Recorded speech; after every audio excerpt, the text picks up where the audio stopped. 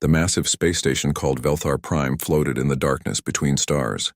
It was a place where different alien species came to solve their problems through fighting instead of war. The station was huge, bigger than any city on Earth, with metal walls that gleamed under artificial lights. Dae-hyun stepped off the transport ship and looked around with quiet eyes. He was a human, only 32 years old, but his hands were covered in calluses from years of training. He wore simple clothes, nothing fancy, and carried a small bag over his shoulder. Unlike the other humans in the diplomatic group, he didn't look nervous or excited. He just looked calm. He was a martial artist. For most of his life, he had studied old fighting styles from Earth, especially the sword techniques from Korea and other Asian countries.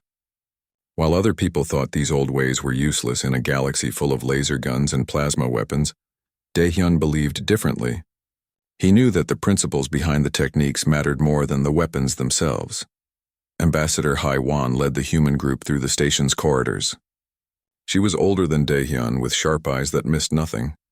She had spent months preparing for this diplomatic mission. Earth was new to the galactic community, and every interaction mattered. The Velkhari Empire controlled most of this sector of space.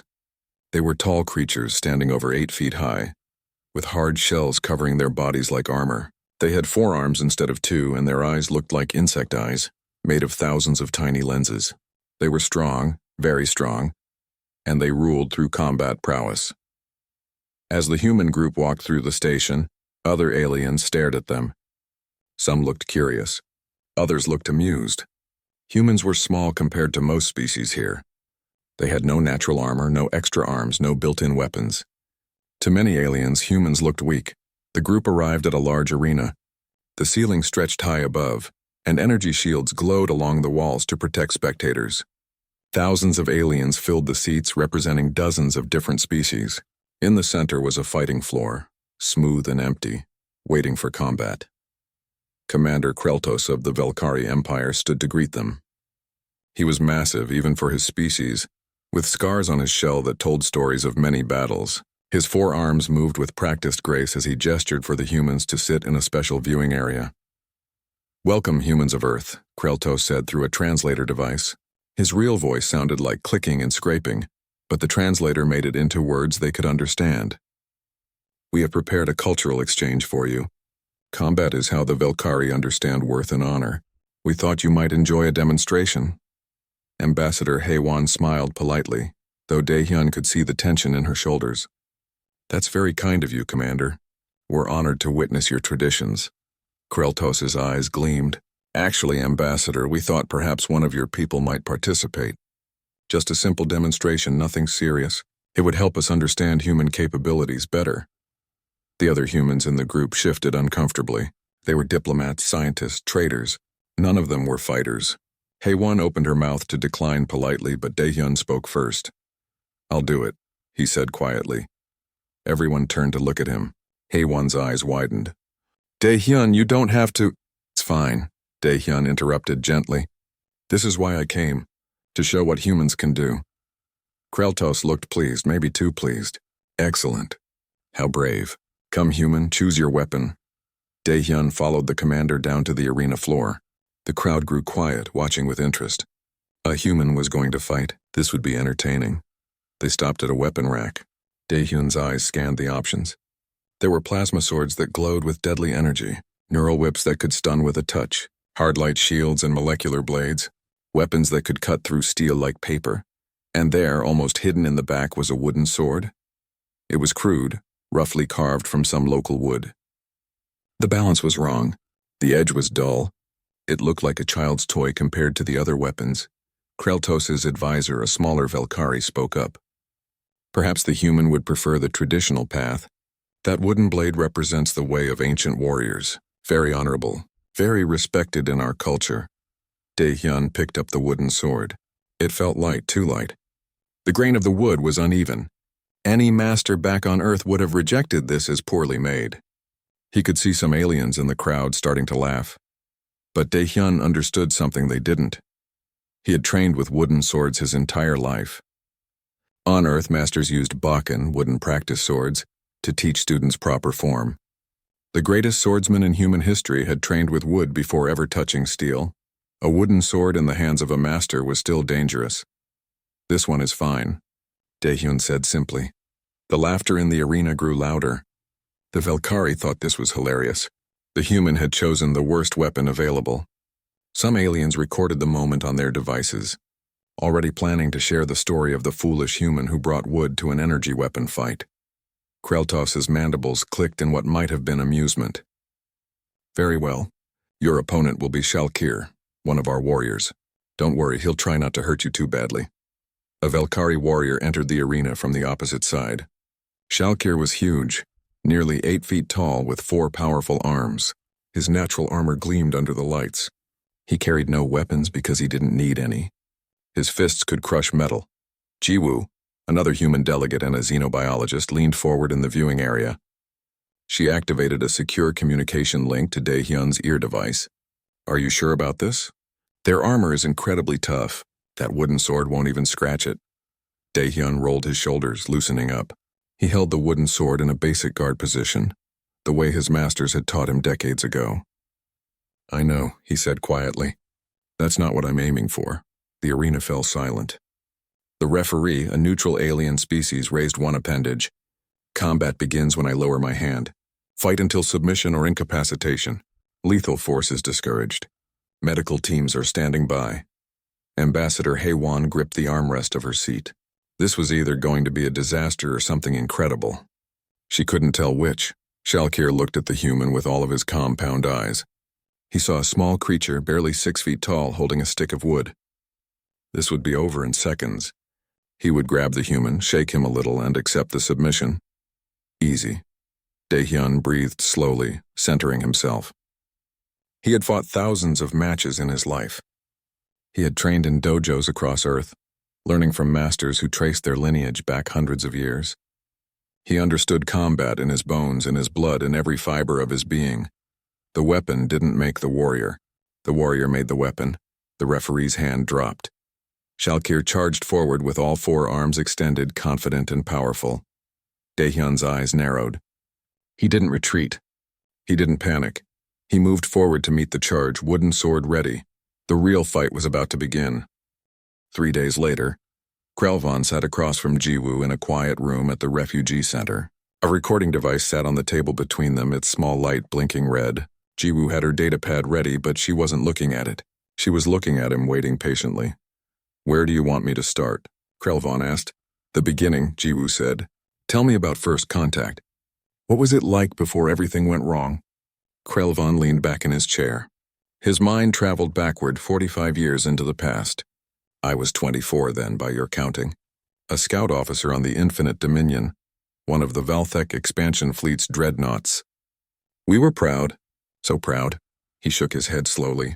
"We had conquered 17 star systems. We thought we were unstoppable. What changed your mind?" "You did." "Humanity did." Krelvan's voice grew distant. "But I'm getting ahead of myself. Let me tell it properly." He closed his eyes, remembering. The Infinite Dominion moved through space like a predator.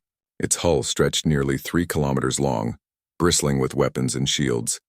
Krelvan had stood at his scanner station on the bridge, monitoring the space ahead. Commander Thexrel sat in the command chair, confident and powerful. "We were exploring the border regions," Krelvan continued, "looking for new systems to claim. The Valtic Empire was always expanding. It's what we did. It's who we were." "And then you found the New Horizon," Jiwoo said softly. "Yes." Krelvan opened his eyes. "My scanner picked up the ship first. I reported it to Commander Thexrel. He was pleased. A new species to add to the Empire," he said. He remembered how casually they had discussed it, as if the humans on that ship were just resources to be collected. The New Horizon had been a colony ship, large but clearly not military. It carried families, children, supplies for building a new settlement. "What happened next?" Jiwoo prompted. "The commander ordered me to scan the ship thoroughly. I found 4,000 life signs. The ship's technology was decent, but nothing impressive compared to ours." Commander Thexrel smiled. He said humans would make good subjects of the Empire once they learned their place. Krelvan's hands clenched. Then the humans sent a transmission. A woman appeared on our screen. I later learned her name was Yoon-ji, a diplomatic officer. She was smiling. She greeted us in several languages, trying to find one we understood. Our computer translated her words. He could still see Yunji's face on the view screen, young, hopeful, excited. She had spoken about friendship between species, about trade agreements and cultural exchange. She had invited the Valthek to meet peacefully, to share knowledge and resources. Commander Thexral laughed. Krelvon said bitterly. He laughed at her. He told me to send a response. I did as ordered. He paused, the shame still fresh after all these years. I transmitted his message. He told the humans they had one choice: surrender immediately and accept Valthek rule or be destroyed. Jiwoo's face remained neutral, but Krelvon saw her jaw tighten. What did my grandfather's ship do? Captain Yunwoo responded himself. He appeared on the screen, older than Yunji, with gray hair and a calm face. He asked for time to discuss terms. He said they wanted peace but wouldn't surrender without understanding what that meant. He asked reasonable questions about what Valthek rule would entail. But Commander Thexrel didn't want negotiation, Jiwoo said. No. He gave them 1 hour to decide. Surrender or die. Nothing else. Krelvon stood up and walked to the window. I was at my station with Sulven, my friend. He was excited.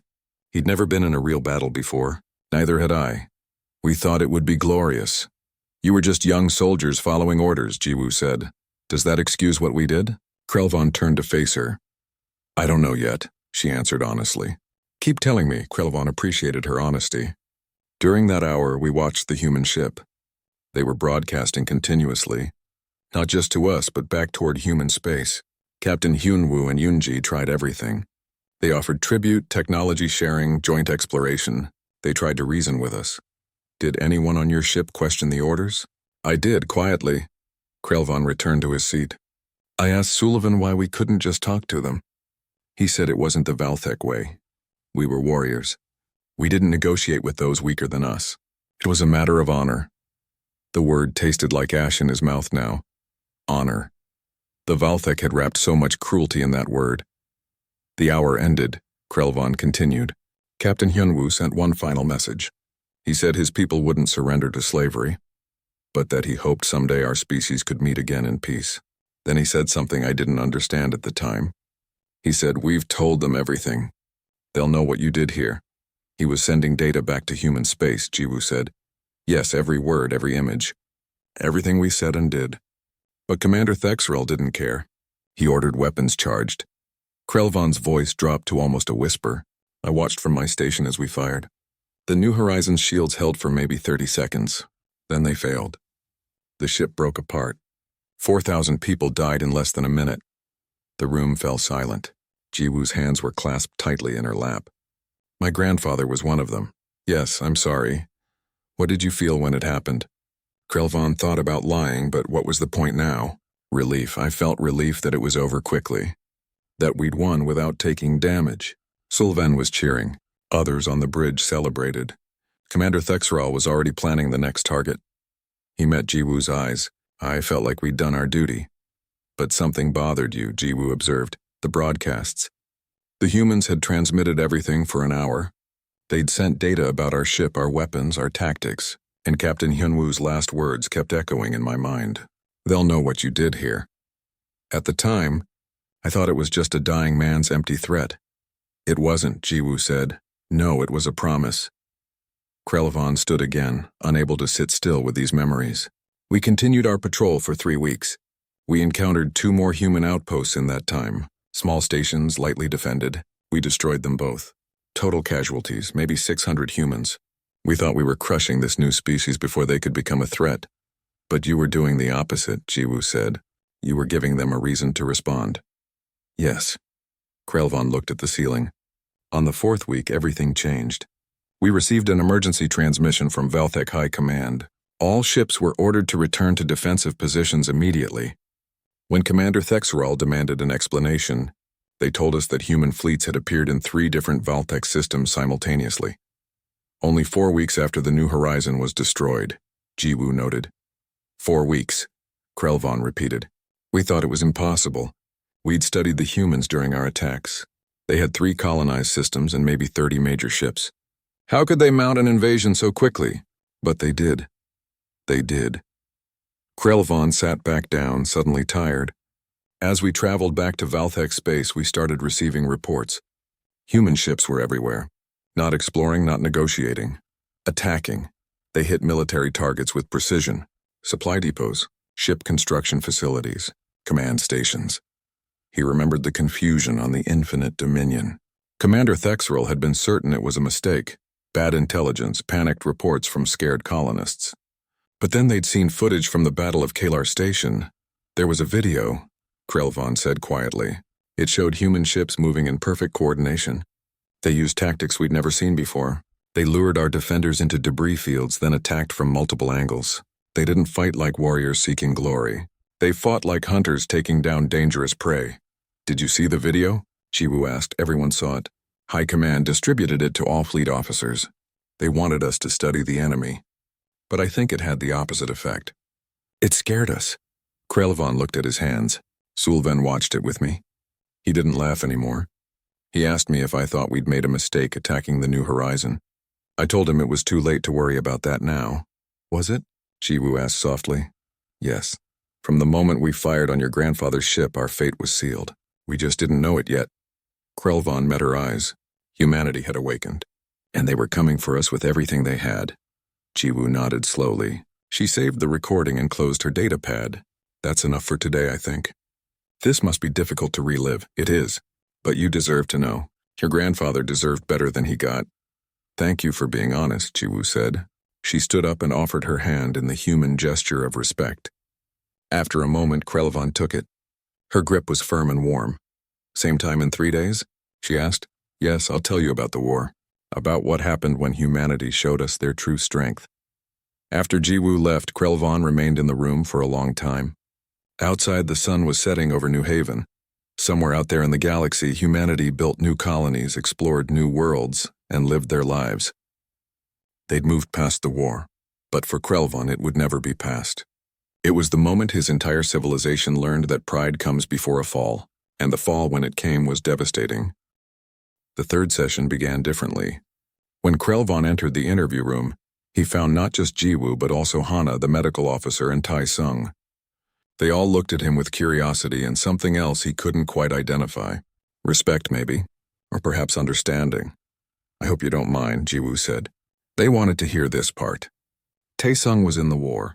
He has his own perspective. Krelvon looked at the former administrator, seeing him differently now. You fought against us? Yes, Taesung said simply. I was a junior officer in Admiral Daehyun's fleet. I saw things I'm not proud of, but I also saw things that needed to be done. Then you understand, Krelvon said. Maybe, but I want to hear your side. Krelvon sat down. The recording device blinked to life. Last time I told you about first contact, about how we destroyed the New Horizon and thought we'd won a victory. Today I'll tell you what happened when humanity responded, when we learned what real war looked like. He gathered his thoughts. The Infinite Dominion returned to Valthek space 6 weeks after destroying your colony ship. We expected to join defensive formations, maybe patrol the borders. What we found was chaos. How bad was it? Jiwoo asked. 3 outer colonies were already under attack. Human fleets had struck faster than we thought possible. But worse than their speed was their precision. They didn't attack randomly. Every target they hit was military. Supply convoys, weapons factories, training facilities. They were cutting away our ability to fight back. Krelvon remembered arriving at the defense of Valthek colony Nexar 7. The orbital station was burning, its shields down, its weapons silent. Human ships had already moved on to the next target. Commander Thexerl was furious, Krelvon continued. He demanded to know how humans were getting past our defenses. Our military strategist had no answer. The humans seemed to know exactly where to strike and when. They'd learned your tactics, Taesung interjected, from the New Horizons recordings and the other outposts. We studied everything for those 4 weeks. Every weapon signature, every shield frequency, every communication protocol. We didn't know that then, Krelvon said. We thought we were fighting a lucky enemy. We were wrong. We were fighting an enemy that had turned warfare into science. Hana leaned forward. What was the first battle you participated in after returning? The Battle of the Red Nebula. It's where I started to understand what we were really facing. Krelvon's voice grew distant. Admiral Daehyun's fleet lured us into the nebula. The clouds interfered with our long-range scanners. We thought we had them trapped. He could still see it. The Infinite Dominion and 12 other Valthek warships had entered the nebula, confident in their superior firepower. Commander Thexerol had been certain of victory. What we didn't know was that humans had seeded the nebula with sensor drones weeks before. They could see us perfectly. We couldn't see them. Krelvon shook his head. They hit us from every direction. Small, fast ships we never saw coming. They'd fire, then disappear into the clouds before we could respond. Guerrilla tactics, Taesung said. We couldn't match your firepower ship to ship, so we didn't try. We made you fight our way. It worked, Krelvon admitted. We lost 4 ships in that battle. The Infinite Dominion survived, but barely. Commander Thexerol's pride was wounded worse than his ship. He couldn't understand how we'd been outsmarted. Jiwoo made notes on her pad. What happened to your friend Sulvan? Krelvon's expression darkened. He died 3 months later. Human Special Forces infiltrated our forward command station. We didn't even know they'd boarded until explosions started. Sulvan was on that station working intelligence. I'm sorry, Jiwoo said quietly. He died quickly. That was a mercy. Krelvon paused, collecting himself. After that attack, we learned humans had a soldier named Bora leading those special forces. She became famous among us. A ghost who could strike anywhere, anytime. Taesung nodded. Bora, I met her once. Scary woman. Brilliant tactician. She terrified us, Krelvon admitted. Not because she was cruel. Because she was effective. Her teams would board our ships, plant explosives on critical systems, and vanish before we could stop them. They never killed unnecessarily. They just destroyed our ability to fight. That was the policy, Taesung explained. Admiral Daehyun wanted to minimize casualties while maximizing damage to military capability. We weren't trying to exterminate the Valthek. We were trying to make you stop fighting. It worked eventually, Krelvon said bitterly. But it took years. The Valthek war leader, Ixthor, refused to accept we were losing. He kept sending fleets to battle even as we lost ground. Tell them about the broadcast, Hana prompted gently. The one Admiral Daehyun sent. Krelvon nodded. 6 months into the war, Admiral Daehyun sent a transmission to all Valthek forces. I watched it on the bridge of the Infinite Dominion with everyone else. He appeared on screen in his uniform, looking calm and professional. His words were simple and clear. He could still recite them from memory. To the Valthek Empire, we did not seek this war. Your forces destroyed a ship carrying 4,000 civilians, including children. You killed 600 more at our outposts. We asked for peace. You gave us death. Now we will give you a choice. Surrender completely or be defeated completely. There is no third option. The room was quiet. Jiwoo looked down at her pad, probably thinking about her grandfather. What struck me most, Krelvon continued, was his tone. He wasn't angry.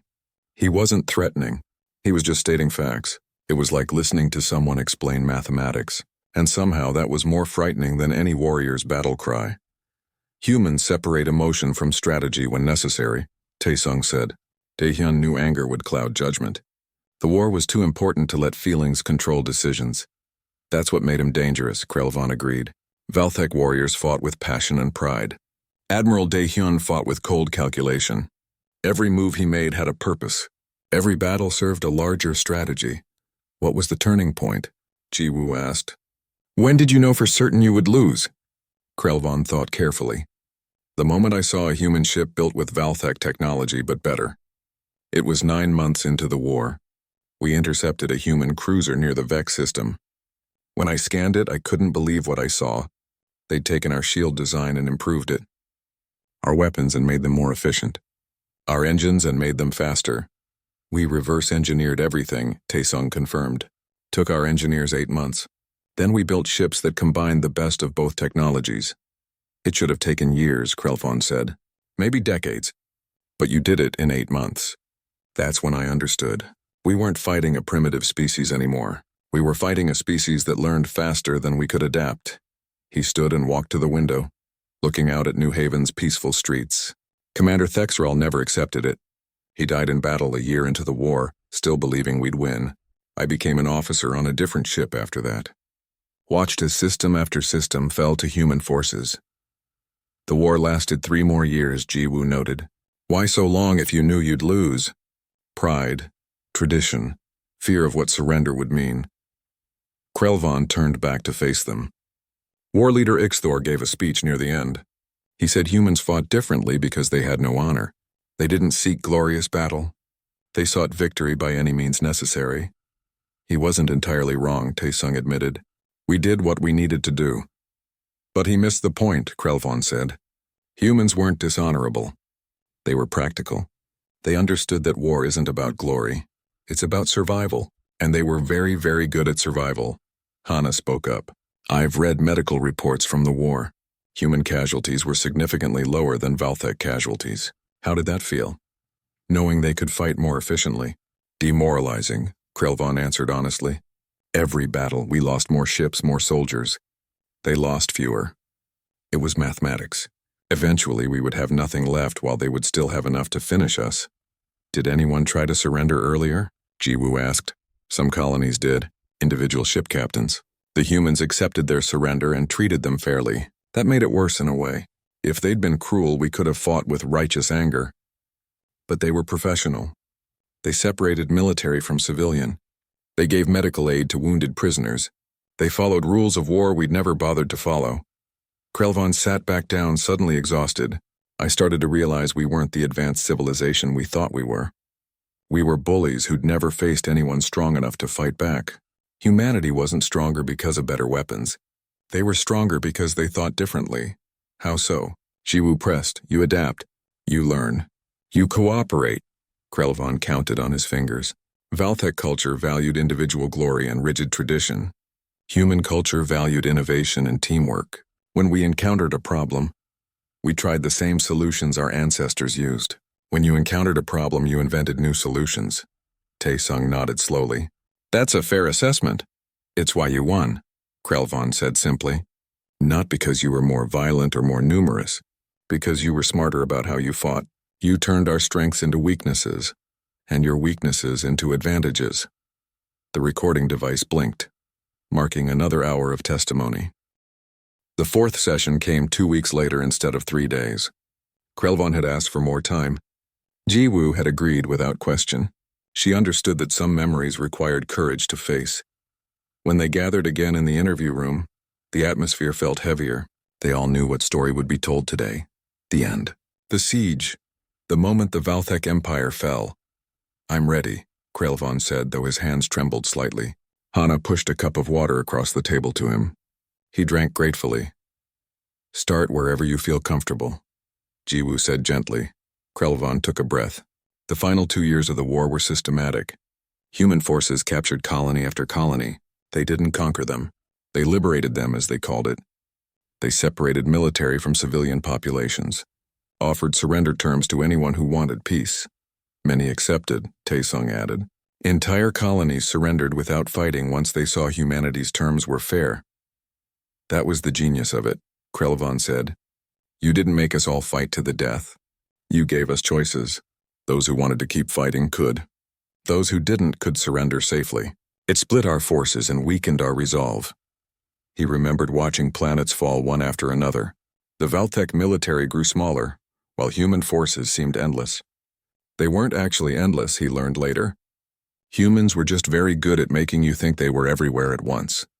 I was transferred to a defensive fleet around Valthek Prime 18 months before the end. By then, we'd lost everything else. 17 systems gone, hundreds of colonies, millions of soldiers captured or dead. Only our homeworld remained. What was the mood like? Jiwoo asked, desperate. Empress Valshira, our leader, refused to surrender. She said the Valthek would never bow to humans, that we would fight to the last warrior. Krelvon's voice was bitter. Many believed her.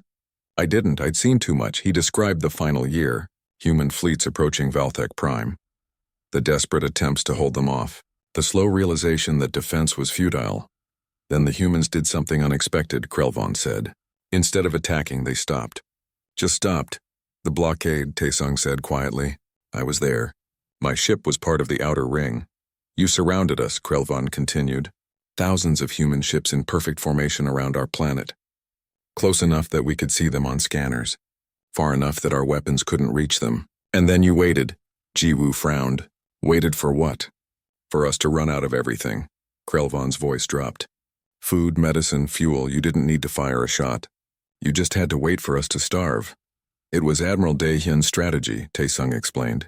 He calculated we had supplies for 4 months. Maybe 5 if rationed carefully. He broadcast surrender terms every day. The same terms he'd offered for 3 years. Unconditional surrender, but guaranteed safety for civilians and fair treatment for military personnel. Empress Valshira refused every time, Krelvan said. She gave speeches about Valthek honor and pride, about how we'd rather die than submit. But words don't fill empty stomachs. The first month of the blockade had been bearable. The second month, rations were cut. By the third month, people were hungry. By the fourth, they were desperate. I was stationed on an orbital defense platform, Krelvan continued. We watched human ships every day. Sometimes they'd move around, changing positions. Sometimes they'd do training exercises right in front of us, showing off their coordination. It was psychological warfare. It was meant to give you time to reconsider, Tae-sung said. We didn't want to kill you. We wanted you to surrender. Some of us wanted to. But military discipline held. Deserters were executed. Anyone who spoke of surrender was imprisoned. Krelvan closed his eyes.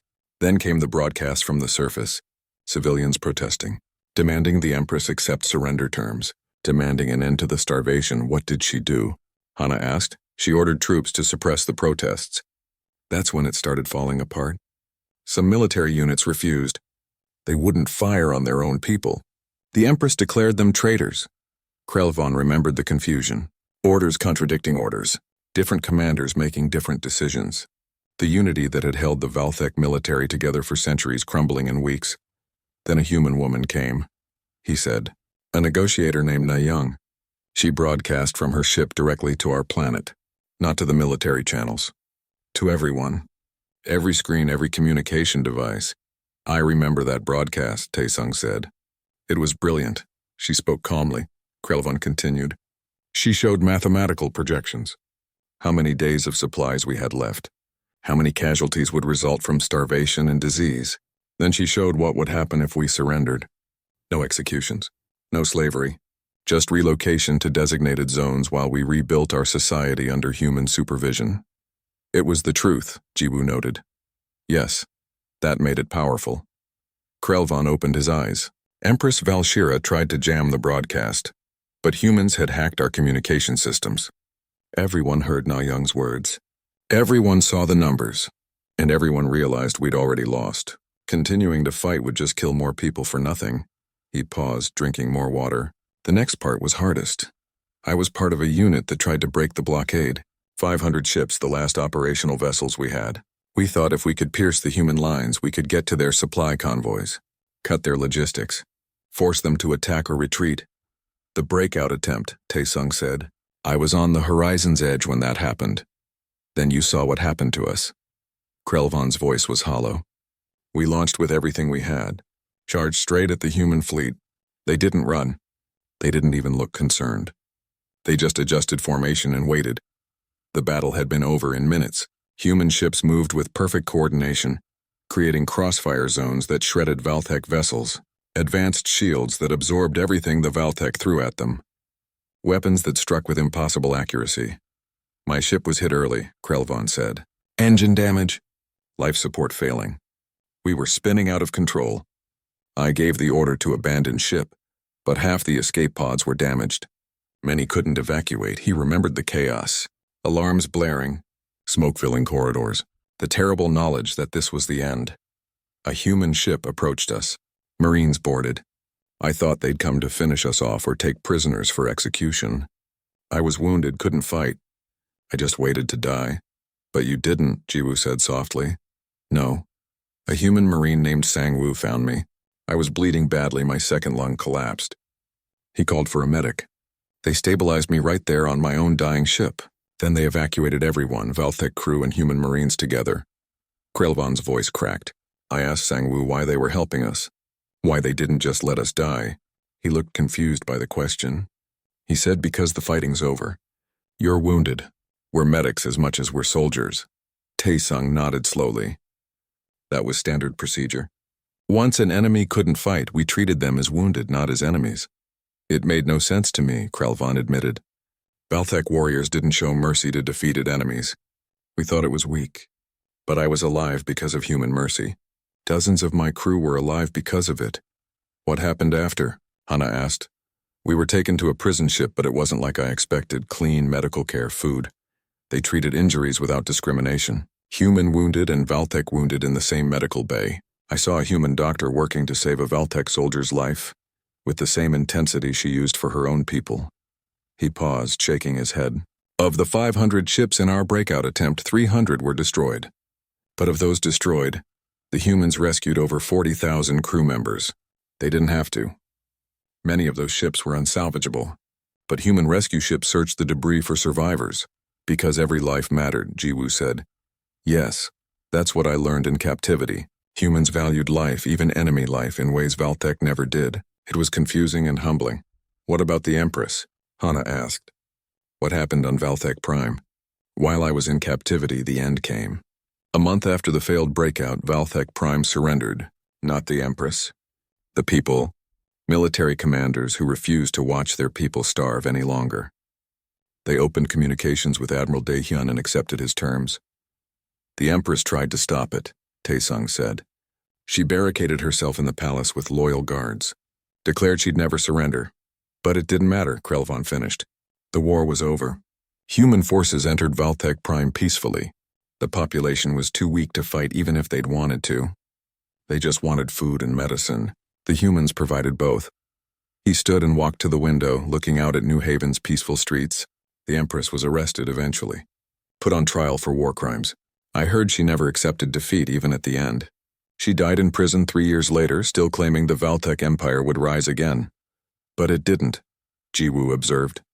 No, because there was no empire left, just survivors, just refugees scattered across human space trying to understand how we'd fallen so far. Krelvon turned back to face them. I spent 15 years in a resettlement camp. It wasn't cruel. Humans provided everything we needed, but it was still prison in a way. We were watched, restricted, controlled. Some wanted to, Krelvon admitted. The final session took place not in the interview room, but in Krelvon's small apartment. Jiwoo had suggested it, saying the story should end where his new life had begun. She arrived with her recording equipment, accompanied by Taesung and Hana. They'd become something like friends over these past weeks. Krelvon had cleaned his apartment and prepared simple refreshments. It wasn't much, but it was his home. The first real home he'd had in 30 years. They sat around his small table as the recording device blinked to life one last time. Tell me about life after the war, Jiwoo began. What was it like being a refugee among humans? Krelvon thought carefully before answering. Strange, confusing, sometimes humiliating, but also surprisingly kind. He gestured around the apartment. I expected to be treated as a criminal. Instead, I was treated as a person who'd made mistakes. The reconciliation protocols, Taesung explained. Humanity decided that punishing every Valtech soldier would only breed more hatred. Instead, we separated war criminals from regular soldiers. Those who committed atrocities faced justice. Those who just fought because they were ordered to received help rebuilding their lives. I fell into the second category, Krelvon said. My record showed I'd followed orders but never committed crimes against civilians. So after 15 years in the resettlement camp, I was released with refugee status, given the right to live in human space, work, even apply for citizenship eventually. Did you want citizenship? Jiwoo asked. I don't know. Even now I don't know. Krelvon stood and walked to the window. How do you become a citizen of a civilization that destroyed yours? How do you pledge loyalty to people you once fought against? Yet you're here, Hana observed. On New Haven, building a life, because I have nowhere else to go. The Valtech resettlement worlds are overcrowded and poor. We have no industry, no real economy. We survive on human aid and charity. It's existence, not living. He turned back to face them. So yes, I came here. To a human colony, hoping to find something more. Have you? Jiwoo asked softly. I'm starting to. Slowly. Krelvon sat back down. But it's hard. Every day I see humans living normal lives, shopping, working, raising families, and I remember that my people tried to enslave theirs, that I personally helped destroy a ship full of civilians. How do I reconcile that? The question hung in the air. Finally, Taesung spoke. I struggled with the same thing. I killed Valtech soldiers, destroyed ships, watched cities burn from orbit during the siege. I followed orders, but I still did those things. He met Krelvon's eyes. I can't undo what I did. Neither can you. All we can do is try to build something better now. Is it enough? Krelvan asked. It has to be, Taesung replied. Because the alternative is carrying the hatred forever. Jiwoo cleared her throat. Tell me about your daily life here. What's it been like these past few months? Krelvan was grateful for the change in subject. I found work at a recycling facility. Simple labor. The human supervisor didn't care that I was Valtech. She just needed workers who'd show up on time. The pay isn't much, but it's honest work. Any problems with co-workers? Hana asked. A few at first. Some humans don't trust Valtech. Can't blame them. But mostly people leave me alone. They're polite, professional. One human, a man named Kijun, even helped me learn how to use the sorting machines when I struggled. He paused, remembering Kijun's patience. The man had spent his lunch break teaching Krelvan the controls, never once mentioning the war or showing resentment. Small kindnesses, Krelvan continued. That's what surprised me most. A neighbor who helped carry my groceries when I had too many bags. The shop owner who explained human currency without making me feel stupid. The woman on the bus who gave me directions when I was lost. Little things. But they added up. Not everyone was kind, though, Jiwoo noted. You mentioned problems. Yes. Some humans see the Valtech features and remember lost family members. I was spat on once. Called a murderer. Someone threw rocks at my window another time. Krelvan's voice remained steady. I don't blame them. Their anger is justified. I just try to stay out of their way. Hana leaned forward. How do you handle the psychological weight? The trauma, the guilt, the displacement? Poorly most days. Krelvan managed a weak smile. I don't sleep well. Dreams about the war? About Solvin and others who died. About Captain Hyunwoo's face on the view screen before we destroyed his ship. I wake up some nights thinking I'm still on the Infinite Dominion, still at war. Have you sought counseling? Hana asked gently. I started after you suggested it. There's a human therapist who specializes in war trauma. She's helped some, taught me techniques for managing the memories, but she can't erase what happened. No one can. Jiwoo made notes on her pad. Let me ask you something difficult. If you could go back to that moment when you first detected the new horizon, what would you do differently? Krelvan didn't hesitate. I'd refuse the order to fire. I'd try to convince Commander Thexrel to negotiate. And if he insisted, I'd sabotage the weapons systems rather than kill innocent people. Even knowing you'd be executed for treason? Taesung asked. Yes, because 4,000 lives are worth more than my one life. Because starting that war killed millions, destroyed my entire civilization and created 30 years of suffering. Krelvan's voice was firm. If I'd known then what I know now, I'd have done anything to stop it. But you didn't know, Jiwoo said. You were young, following orders, believing what you'd been taught. Does that excuse it? No, but it explains it. An explanation is the first step toward understanding. There was a knock at the door. Krelvan excused himself and answered it. A young human boy stood there, maybe 8 years old, holding a ball. Hi, Mr. Krelvan. Can you play catch with me? My mom's busy and I'm bored. Krelvan recognized him. Junho, the neighbor's son. The boy had started talking to him a few weeks ago. Completely unafraid and curious about everything Valtech. I have guests right now. Junho. Oh, okay. The boy looked disappointed but waved at the people inside. Hi, guests. Are you having a party? Something like that, Jiwoo said, smiling. Are you interviewing Mr. Krelvan for your documentary? Mom said you were making a movie about the war. That's cool. Mr. Krelvan tells the best stories about space battles. Junho looked up at Krelvan with open admiration. He was a real scout officer. How cool is that? Krelvan felt something twist in his chest. This innocent child saw him as interesting, not dangerous. As someone to admire, not fear. I'll play catch with you later, Junho. I promise. Okay. See you later.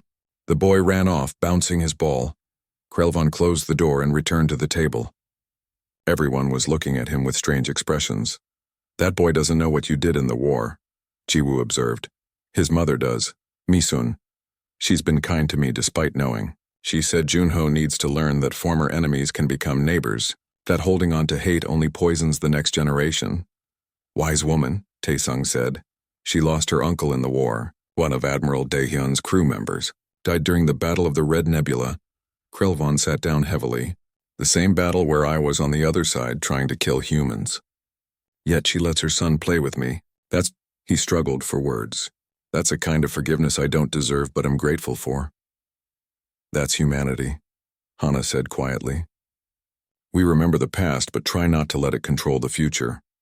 The conversation shifted to lighter topics. Krelvan described learning to cook human food, with many failures and some successes. His attempt to understand human entertainment, finding some movies interesting and others baffling. The strange custom of small talk, which Valthek never practiced but humans seemed to do constantly. Then Jiwoo asked the question Krelvan had been dreading. If someone asked you what humanity's fearsome might really is, what would you tell them? Krelvan took a long moment to gather his thoughts. This was the heart of everything, the lesson learned through decades of pain and defeat. I'd tell them this, he began slowly. Humanity seems weak at first. They debate everything. They value individual lives, even enemy lives. They show mercy when they could show strength. They negotiate when they could conquer. All of this looks like weakness. It is not, he leaned forward intense. It is strength so vast they can afford compassion. When humans make peace, they transform enemies into neighbors. They help you rebuild. They give you chances to change. But when they make war, he paused. When they make war, they are absolutely terrifying. Why? Jiwoo asked, though he suspected she knew. Because they treat war as a problem to solve, not a test of honor. They adapt faster than you can counter. They learn from every mistake. They coordinate perfectly. They separate warriors from war, which means they can fight without hatred and show mercy without weakness. Krelvan stood again, pacing. The Valthek were warriors. We fought for glory and pride. Humans are not warriors. They are survivors. And when survival requires war, they are absolutely ruthless in achieving victory.